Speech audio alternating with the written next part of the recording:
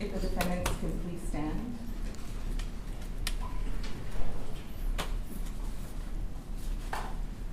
For purposes of the record, I have reviewed all of the exhibits that were admitted. In the punishment phase of this case, I have reviewed the pre-sentence investigation report and the TAP evaluation of each of the defendants. Is there any legal reason we cannot proceed to sentencing today?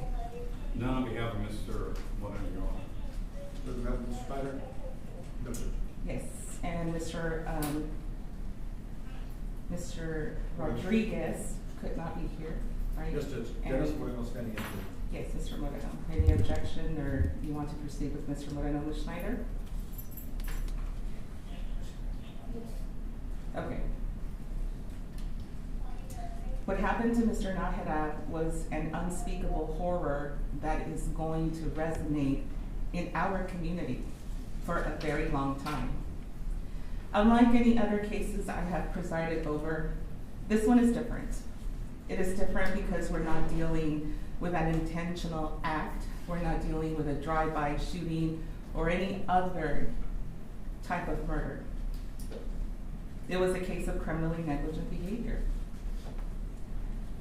On the one hand, we have the City of San Antonio Animal Care Services swearing under oath, giving testimony that left me with the impression that this was about a missing affidavit, that none of the previous bite victims came forward to declare the dogs dangerous dogs.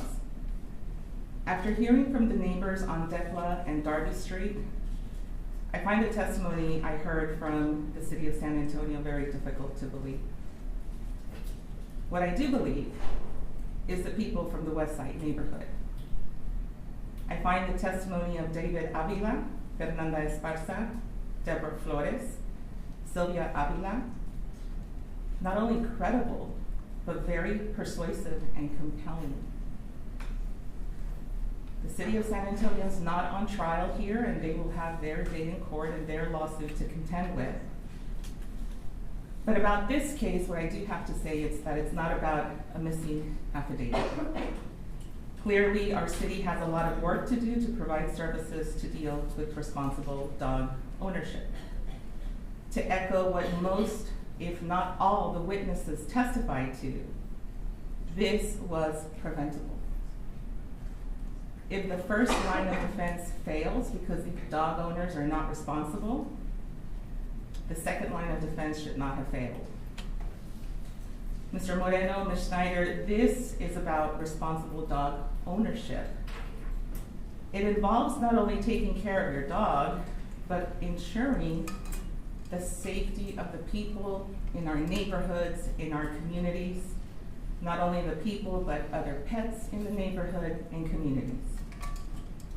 We all have that responsibility to each other, and you failed at that. Mr. Moreno, it is the order of the court that you will be sentenced to 18 years confinement in the Texas Department of Criminal Justice, Institutional Division. There is a $5,000 fine, no restitution. The victim has not requested restitution. You are prohibited from owning or possessing any dogs if you make parole on this case. This is a plea bargain case. However, you have the right to appeal the rulings of the court on a pretrial order. Ms. Schneider, your sentence is 15 years confinement in the Texas Department of Criminal Justice, Institutional Division. There is a $5,000 fine, no restitution because Ms. Nakara does not want it. You too are prohibited from owning or possessing any dogs if you make parole. Both of you are also ordered to have no contact with Decla Street and Darby Street. Yours is also a plea bargain case. However, you have the right to appeal the rulings of pretrial rulings of the court. Do we have any impact statements? We do, Your Honor. Line them all up, and let's get started. You're remanded to the custody of the sheriff to begin your sentence.